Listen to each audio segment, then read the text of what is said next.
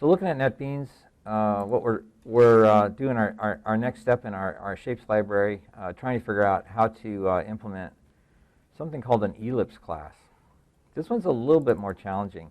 Now, originally we just want to make a circle class, but then what you find out when you go into NetBeans is that there isn't a circle class. And you're going, what? If we actually look up circle, like say, yeah, here, and we're in our shapes library, like say here, we're looking at our square, let's say. We go into shapes library, and then we say we want to look for the circle thing. So we go to help, and then JavaDoc references, or JavaDoc index search, let's say. And we type in circle and class. And kind of use that as an example. Okay, here's our square class. And notice we didn't have a lot in our square class because we inherited most of it from the rectangle class. We have a couple constructors, and we have this concept of a side length. But everything else we get from the rectangle class. So where do we put that? Let's create an Ellipse class here in our shapes library. So if you could right-click on your shapes library. Is it your Chromebook, Sam, that's giving you problems, or is it your... Okay, so yeah, you're kind of stuck. Well, I'm making a video, so... Well, I'm making a video, so you can come back. You can come back later, okay, because I'm making a video of this now, okay? But if you could just quiet down just a bit so the rest of us can proceed. We're making a new one, and we're saying Java class. And now we have this question, what to call it. We'll just call it circle. Well, what should we do first? Let's do Ellipse first. We're going to do Ellipse first. That's going to be our base class, so it's probably smarter to do that one first. There's some complication here, too. So we say finish,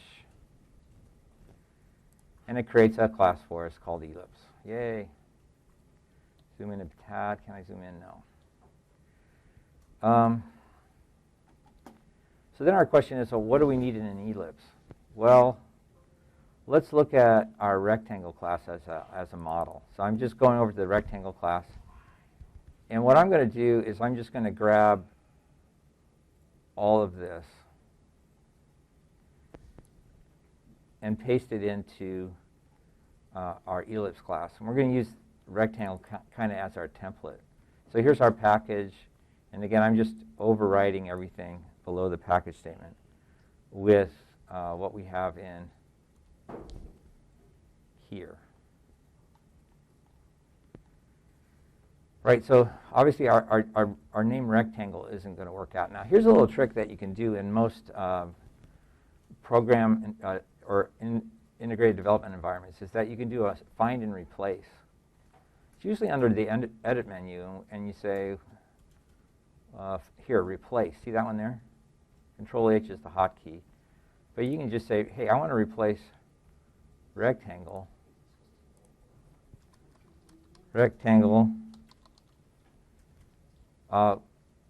with, what do we want to replace it with? We're just going to replace it with circle, right? And then Java will stop complaining, hopefully. So you just say that, and then it goes to the next one to replace it. And here you can just say replace all, and that's what we're going to do, replace all. Why is it complaining here? Why? Circle is public, should be declared in a file named circle. Isn't that what we called it? We called it Ellipse. Oh, Ellipse. We're doing Ellipse. Sorry, I got to do it again. Circle. And what are we replacing with? Ellipse. Well, at least get to try it twice. Okay. And then we can say replace all. But yeah, just get the right name. Now notice here, though, there is still one problem, is that there is no java.awt.ellipse. You figure it would be in the same library, right? We've got squares and rectangles, or a rectangle anyway, is in this java.awt library, but it's not there for ellipse, right? So here. We'll select ellipse. Yeah, question. How do you do the replace the whole Everything? word? Yeah, so what I said was search the word that you want to replace throughout the whole thing. And then go to edit, and then go to replace. See that one? And then you can type in the thing you're trying to replace and then the replacement. And then you can just say replace all, and it will go through the whole file and replace it. So it's a kind of a quick way of renaming something. It comes in pretty handy. There's a lot of little things like that in code editors that might not be there in like a larger editor, although this one's pretty common in any kind of editor. But here's our ellipse. We see it has an XY location, which doesn't make a lot of sense for an ellipse. But it also has a width and a height, which, again, doesn't make a lot of sense for an ellipse. Usually an ellipse is defined by an equation where you have two focal points, x1, y1, and x2, y2, and then a bunch of math to figure out where it's supposed to be. But the easiest way to approach this is to, instead of doing all the fancy math, it would be easier to define an ellipse as fitting inside a bounding rectangle. So the ellipse, you give the dimensions of the bounding rectangle, and it makes an ellipse that will fit inside of it, which seems kind of odd, but that's what we're trying to do. Now we'll note a couple of things. First of all, we have, if we're saying we're going to place this ellipse based on the top left corner. That's origin for this ellipse is going to be the top left corner of this bounding rectangle. So we put in the x and y coordinate of the top left corner of that rectangle, and then the width and height of that rectangle. But then we see this. We've got x and y and all these things being repeated. See down here? We've got these things. Just like the rectangle class, we have all this x, y, width, and height. Again, repeated. And it's exactly the same. Nothing changed. And when you see something like that, it should raise a red flag to you and say, well, geez, why am I putting this in two places? The most elegant designs when it comes to computer science is that you don't put things in two places. You try to put things in one place. This concept of x and y location and this concept of a width and a height really belongs to all of our different geometric shapes, not just circles and ellipses. So Kevin pointed out the other day that, hey, wouldn't it be great if we could come up with a base class that had all these things in it, and then we could just be children of that. So we're going to do one more factoring. Okay, and what we're going to do is we're going to take our ellipse and our rectangle, and we're going to factor out everything we don't need and push it into a parent class called Shape2D, which is all of our shapes are going to be derived or be children of Shape2D. So now we got to make another class. Oh, geez, not another one. But this one's going to be cool, okay? So we're going to right-click on this and say New Java Class. We're making another Java class. And we're going to make a very generic class called Shape2D. So shape and then 2D. I'm kind of breaking the rules of camel case. Maybe not, but I want the D to be capitalized. And this is going to be our generic parent class. What's odd about Shape2D is it really doesn't have a shape, because you can't draw it, because we don't know what it is. It's too general. It's non-specific. But here we say finish. And now we have this class called Shape2D, but we have to do something about this. We want to make sure that anybody who uses this library can't actually create a Shape2D. This is just a parent class. It's never supposed to be made into an object. It's incomplete. And I'll show you why that is in a second. But we have to put a new keyword here. A keyword is just a word in the language. And so you have to put the word abstract here. So public abstract class Shape2D. Okay. So what is an abstract class? Well, an abstract class is a class that you can't make an object out of, or you can't instantiate a Shape2D. That's what abstract means. There's no way to create it. We said it's abstract So I'm puzzled right here because I'm not sure what to do with the constructors. But let's start with our data members first, or they call these instance variables. Instance again means object. Variable means just a variable. So these are variables that belong to any Shape2D object.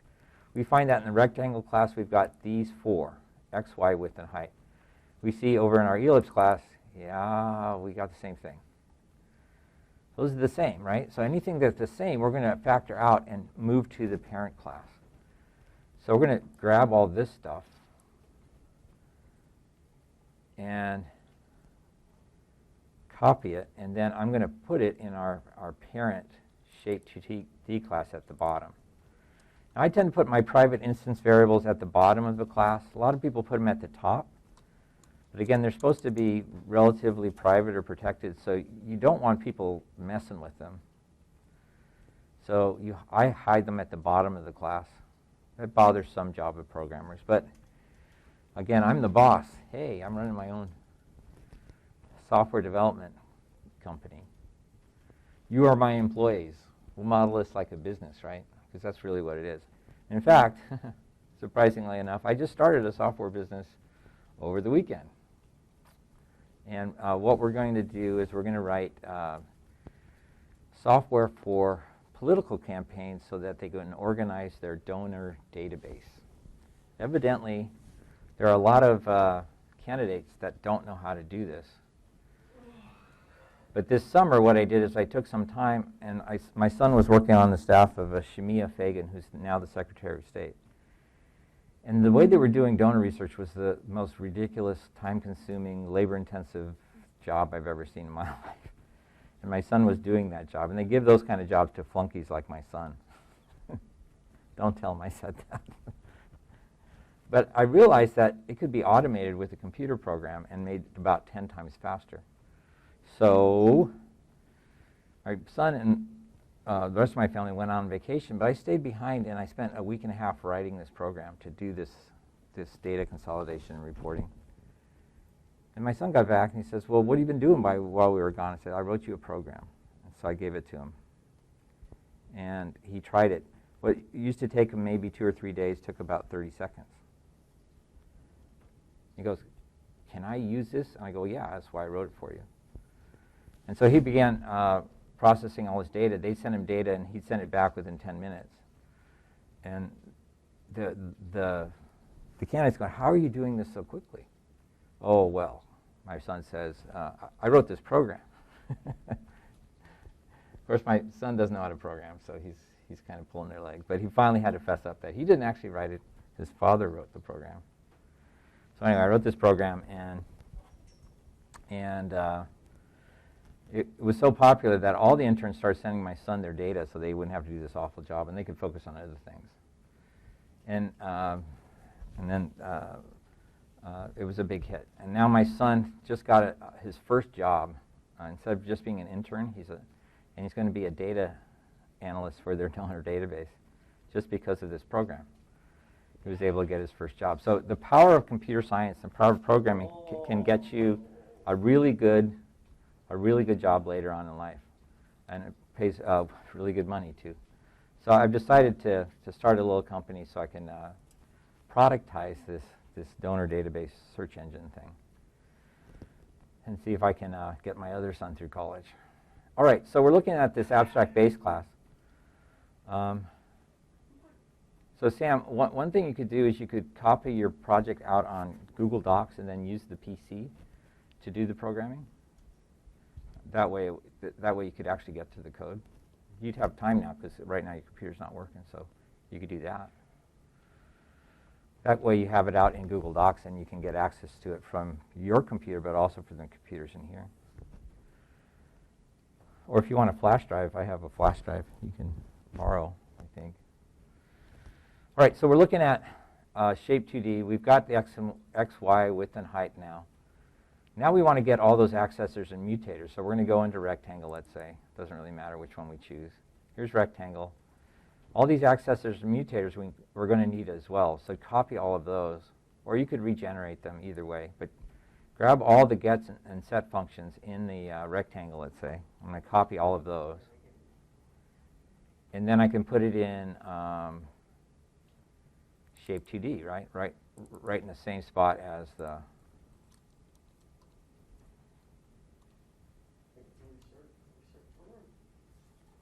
Okay, so now we have all the accessors and mutators here in Shape2D, which is cool. So we don't have to rewrite those. What else in Rectangle can we pull out? Well, we have to be able to draw it, so we've got to leave that one there. And then we have these two constructors.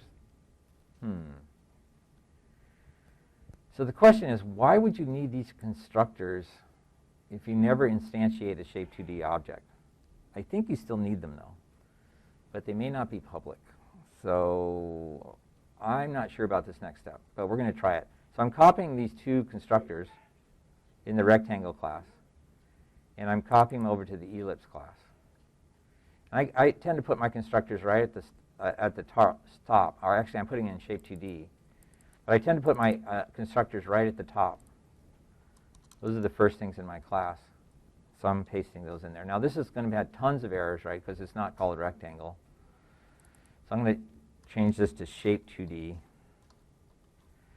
But I can't quite remember what the access specifier is supposed to be, so I'll have to figure that out. 2D. So we have this abstract base class. See here? It says what? Create missing Java doc. No, we don't want to do that. It seems to think this is okay. Okay, so we'll just leave it like that. I'm surprised by this a little bit. But we have two constructors. We have a default constructor for Shape2D, and then we have this one that takes the x, y, and width and the height. So that's great. So now what we can do is, well, there's one other thing we have to do. We've got to make sure that all the Shape2Ds can draw themselves. Okay, we don't at this level we don't know what shape it is. We don't know how to draw it, but we do know that it needs to be able to draw itself at some point. Every shape needs to know how to draw itself. So how do we state that in code? Well, let's go to our Rectangle class. We see our Rectangle class.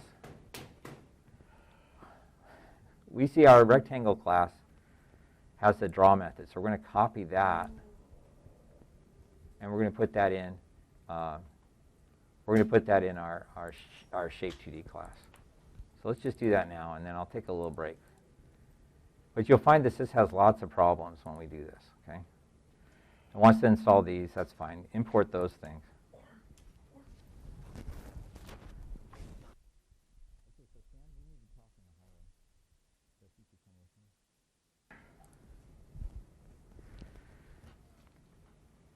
So we have this draw method, but again, we're at the Shapes2D level, and we don't know. We certainly don't want to draw a rectangle. Problem is, at this level, we don't know what to draw because we don't know what shape it is yet, right? It's just this amorphous shape.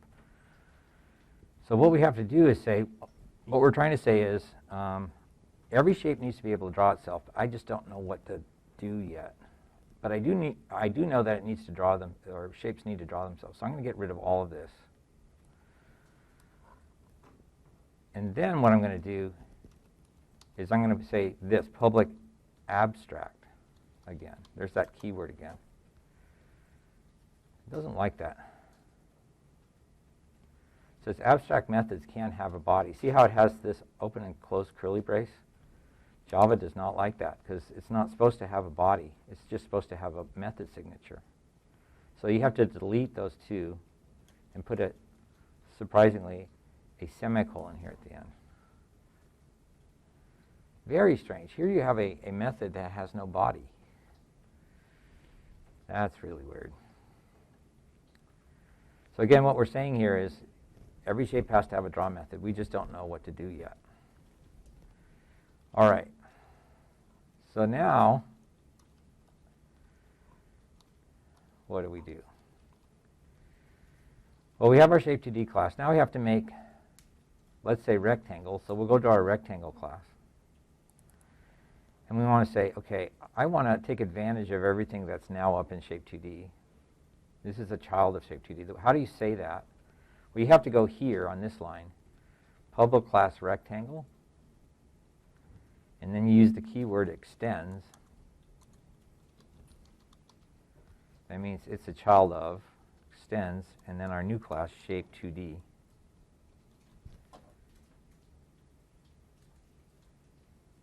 And what does it say here? All right. Now, we know up in Shape2D, if we look at Shape2D, here's Shape2D. Shape2D already has a height, a width, an x and a y, and all these accessors and mutators. So now we don't need them in the rectangle class. So we can say, okay, I'm going to just whack all this. All these are gone. I'm just getting rid of all the accessors and mutators. And I'm also getting rid of the data members because those are now up in Shape2D. So we're going to delete all that code. It's gone. Well, that's not much left then. Here, we're trying to set these x, y, width, and height, but it would probably be more consistent to just say super and pass in nothing. And that will call Shape2D's constructor. Okay? So the constructor up in Shape2D already does all that stuff. So we look at Shape2D's constructor. See, it already does that. So might as well just call it.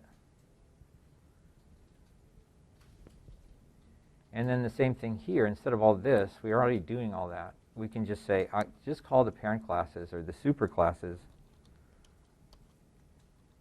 constructor that takes all these parameters, width and height. Okay? Well,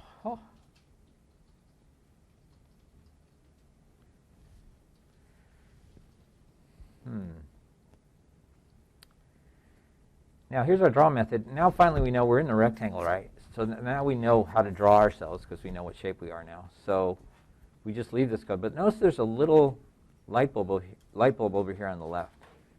Okay? So there's a little light bulb, and you click on that.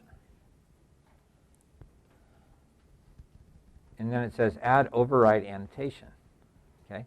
And what we're saying is we're going to override the draw method that's on the Shape2D class because it doesn't have a body with this one that does. Now this is just a warning. It's not a requirement, but it tells the programmer later on, which is you 2 years later when you have to fix this code, that this isn't a method that just is here. We're overriding the method of the parent class. So we put this annotation in called an override annotation. That's to help us later on. But now you look at our rectangle class, and you go, well, look at that. It's a lot shorter. See how short it is now? We had all that other stuff in there, and now it's all gone. Because we moved most of it to the Shape2D class. And here's the other cool part. If we look at the square class didn't change at all. We just pretty much gutted the rectangle class, and we go right over to the square class, and there's no change required. It's still the same. Nothing changes. Yeah, question? Can you go back to 2D class, Shape2D? Yeah, let's go back and look at it from the top. Okay, so we're not drawing anymore, so we don't need this. So we can get rid of that import. And then again, the key thing to do here is public abstract class Shape2D. So that has to be abstract. And then you just put in the bodies that we had in the rectangle class before we deleted them, I guess. So there's the two constructors. And then here's where we say, okay, we're going to have this draw method, but we don't know what it is yet. So we're going to make it abstract. And then we have the accessors and mutators that were generated automatically by the refactor function in this menu. So those got all generated by the IDE, and then finally we have our protected data members. Hey, do we put rectangle that govern Shape2D? Yeah, what we did with rectangle is we pretty much gutted it, and just the only part of rectangle is right here. That's all we need now. Now that it's a child of Shape2D, we just put all that stuff there. Now I'd like to give this a try, but our problem is our ellipse class is messed up. So we're going to have to fix that one first. So let's do ellipse, and it's basically the same thing we need to do with, well, same thing we did to the rectangle class. So we go to ellipse. And again, to make it a Shape2D, we have to say the keyword extends. Let me spell it right. What does it extend? It's Shape2D.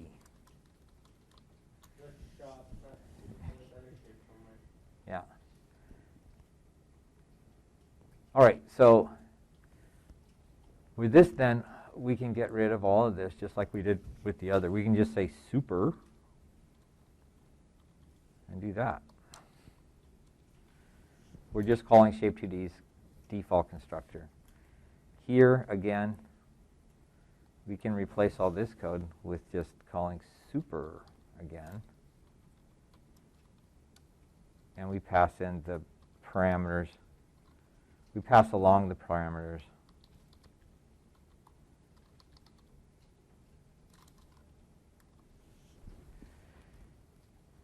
To the Shape2D data members. Okay. Here's our draw method. It doesn't work because we don't know how to draw yet. So let's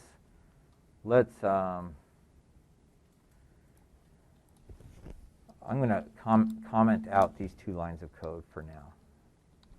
I'm just getting to the point so that the program will compile. If even one of these modules is broken and won't compile, then it won't run. So I'm just trying to make it get it to the point where it's compilable again. Here's all the accessors and mutators. Again, we're just going to whack all those, plus all of these protected data members. Those are all already in Shape2D, so we can just delete all of those. So all you have now is the 2 constructors and the draw method, just like the rectangle class. Now the thing will compile. Let's see if it still works. So we've done all this changing, and the question is, did we break anything? Let's find out.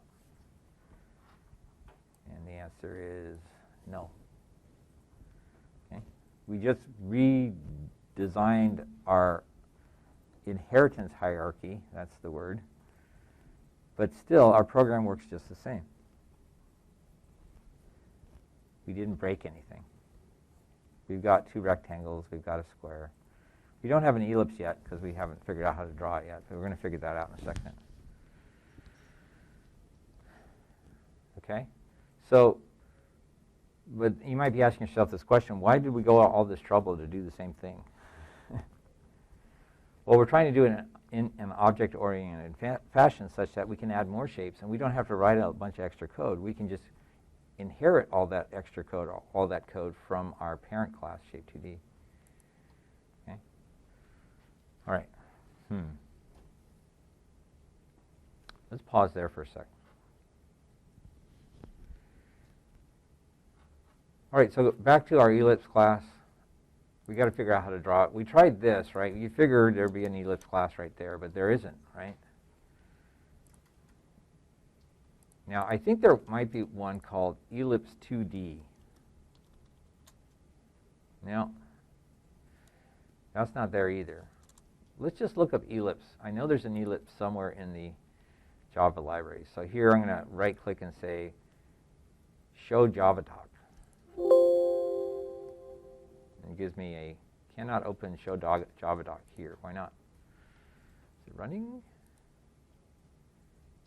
Show JavaDoc. No, see, you can't find it because it's not there. So maybe we have to go to the general one. I had trouble earlier trying to get to the JavaDoc index search. Let's try this. Finally. There's ellipse, right? Let's see where it's supposed to be. JavaScript is enabled on your browser. That's not good. Here's everything. Oh. There's this javafx.scene. Has shape, it has circle. It doesn't have ellipse though. Oh, we type. Let's try ellipse again and see if we can find ellipse. List results. There isn't any. So how do we find ellipse? So when the one that doesn't work in the browser, what I like to do is use the one out in the or if it doesn't work in the IDE, then you can just use it in the browser. So we could say ellipse Java Ellipse2D. That's the one. Okay. Java awt.geom.rectangular shape, which is it's not, and then there's this Ellipse2D. Right. So that's the one we need to load. So back to our code then.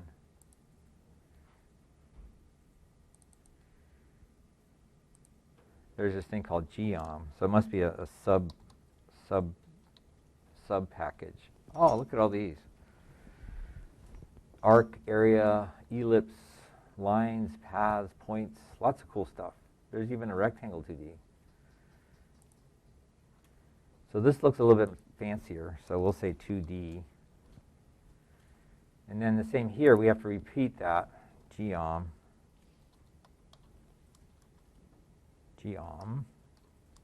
dot, and again we're doing ellipse2D.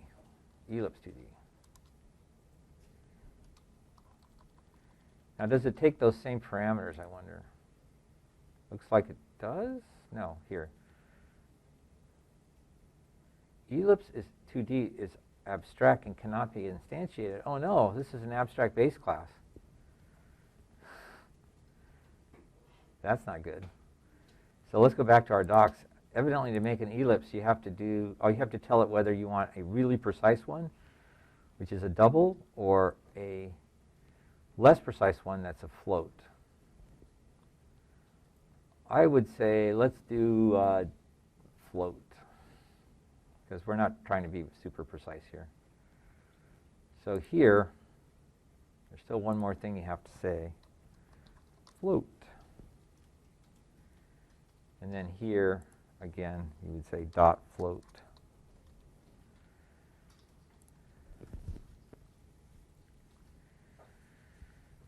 Now this is,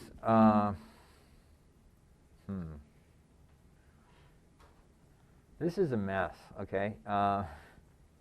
Luckily, our ellipse name is different than this name, so if we want to save ourselves a little typing, we can say this. If we chop this off, I'm just trying to shorten this line a bit, and chop this off, the little light bulb will come on it, and then we can click there and say, hey, do you want to import that? And we say yes. And now our line of code isn't so ugly. All we did was add this import up at the top. Since this was called Ellipse2D and not Ellipse, we didn't have to avoid the name collision because they have two different names. So now we have an ellipse that can draw itself. Everybody get that? That's kind of weird. All right. So let's add that to our shape tester.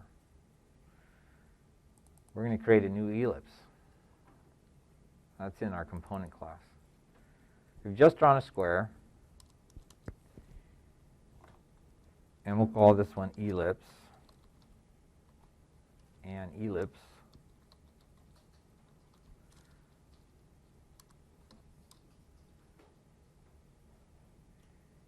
Ellipse and ellipse. Is that how you spell it?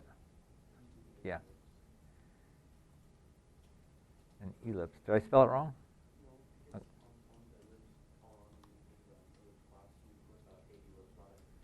Oh, yeah. Well, I'm just trying to use proper English. So an ellipse, since it starts with an E, use the word and. So an ellipse, we would say new ellipse. And again, we need an x and y in width and height. So let's go further down the screen. Let's say 200 for x, 200 for y, a width of 50, and a height of 90. Not sure what that looked like. It'll be tall and skinny, I think. Doesn't know what ellipse is, right?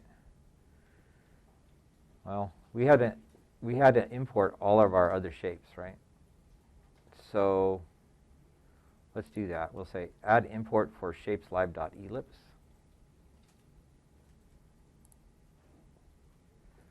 Now it likes it. Okay.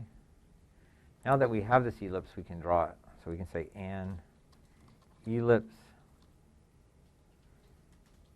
dot draw, and we pass in G, just like the other ones.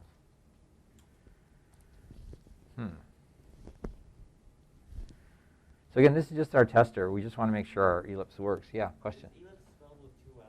Yeah, 2 L's. Yeah, ellipse. If I say run, now we have a tall, skinny ellipse. It's kind of odd, though. It's defined by its bounding rectangle. Clearly, it's not a rectangular shape, but it is bounded by a rectangle. If you want to make it short and fat, then you can change these to, say, 90 and 50. You can make your ellipse any size you want. I'm going to stop the program and rerun it and see how that changes the ellipse. Run it. And mine is a little too small for this screen, so there.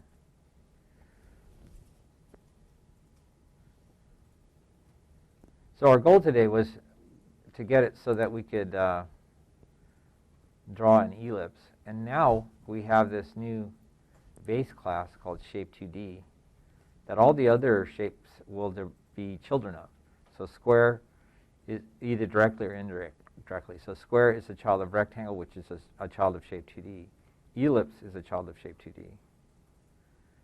Okay. So we're going to take a break here, and then we'll talk about circles. Record this part. Okay, so we're making one called circle. And we'll just base it off the ellipse class, because circles and ellipses are very similar. The only thing really different is that a circle class, its bounding rectangle is a square, right? Does that make sense? So here we say new Java class, just like before. We're going to call this one circle.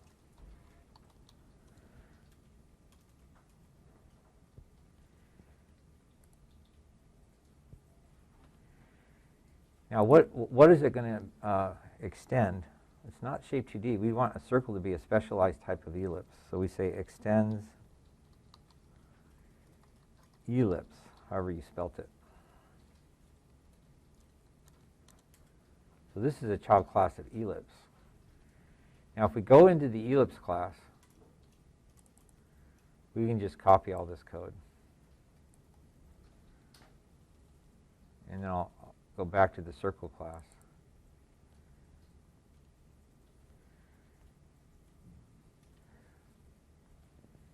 Here, I'm going to say no here. I don't want to import these because most of this we're going to get rid of. Here, we don't say ellipse, we say circle. And here we say circle.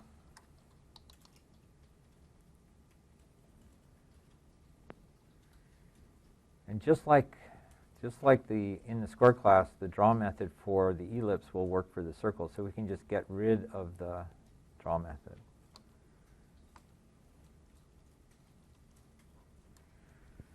And we're done. Can you keep that up so I can Yeah. Now, for me as a programmer, that's the coolest part of object-oriented programming is you're done. You don't have to do anything more.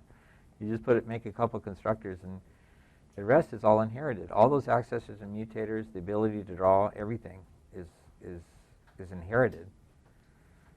So now, this is all you need.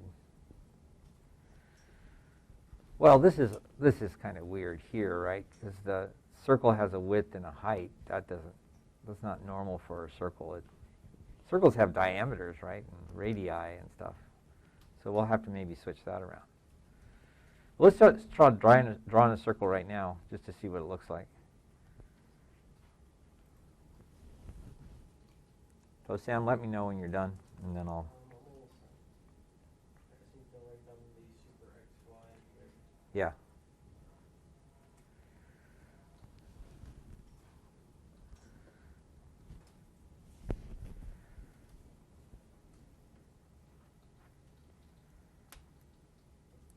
Okay. So now we I just, don't understand it, but that's because I haven't worked on it. yeah, so like I said, we'll have the video to fall back on. So here in our shapes tester, then now we can try creating a circle and see if it can draw, even though we don't have a draw method. That's a circle. New circle. Where do we put the circle? Let's put it a little to the left. We'll say 50. I always say 50. 50, I guess.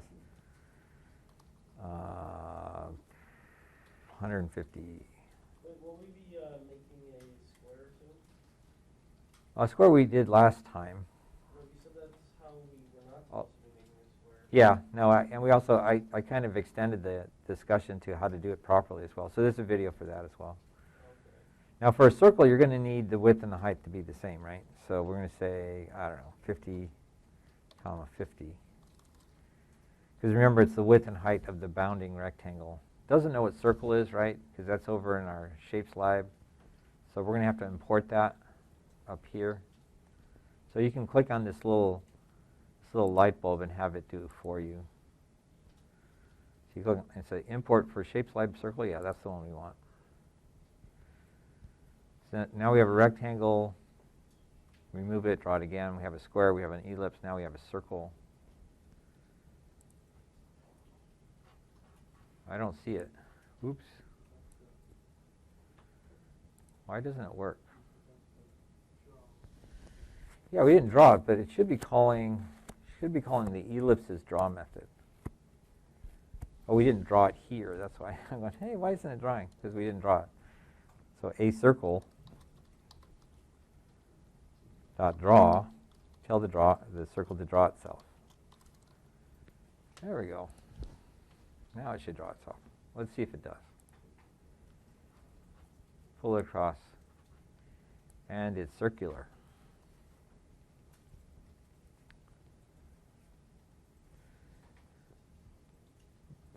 But there's still a problem here, right? What's the problem? Well, on a circle, you shouldn't have to pass in a width and a height. Like if I put in this for the height, what we'd get is another ellipse, right? That's definitely not a circle, right?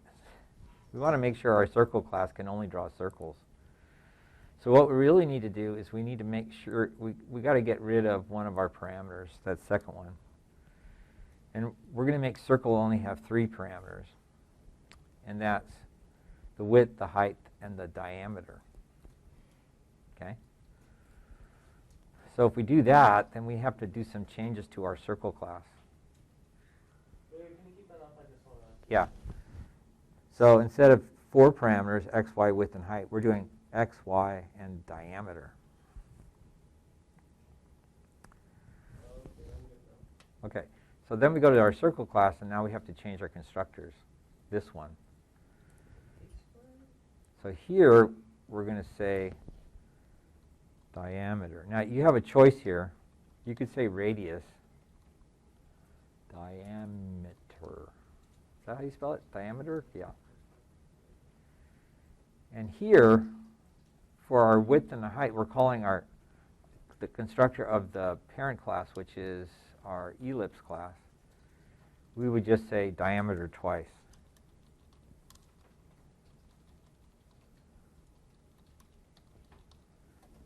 And now there's no way to draw anything but a circle, because with circles, there's only one parameter for the diameter. There's no width and height, and we're just fooling it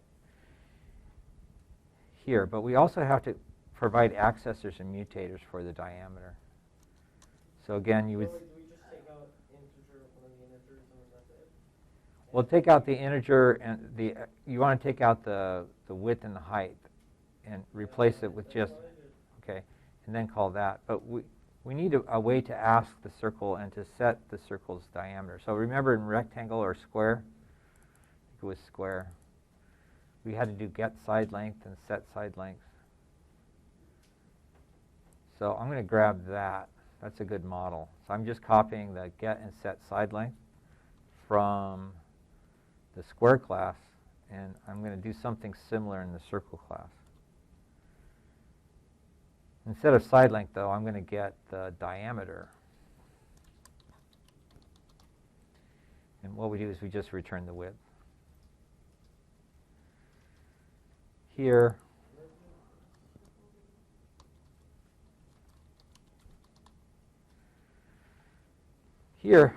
on set side length, again, this would be set diameter.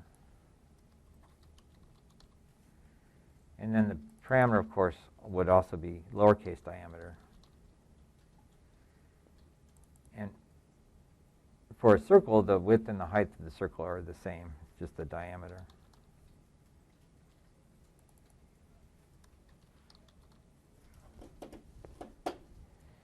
And that's good. So now when we go back to our testing class, it's happy now because it has only 3 parameters, and there's no way you can draw anything but a circle with this circle class. If I run it, we get our circle. Okay, okay, so what's the last thing left to do with this circle class is we're going to make it so that we position it using the center of the circle rather than the top left corner. So we'll do that next time. But for now, this is good enough. We can actually make circles. So we've got a lot of shapes under our belt now. We've got circles, we have ellipses, we have squares, we have rectangles. We can make some cool stuff. How much time until we have to go to our next class? I'm not sure. Let's see. I got my little thing. Can you help me out a little bit? Sure. Fill out those. 10:59. We have about 19 minutes. So I'll stop the video here.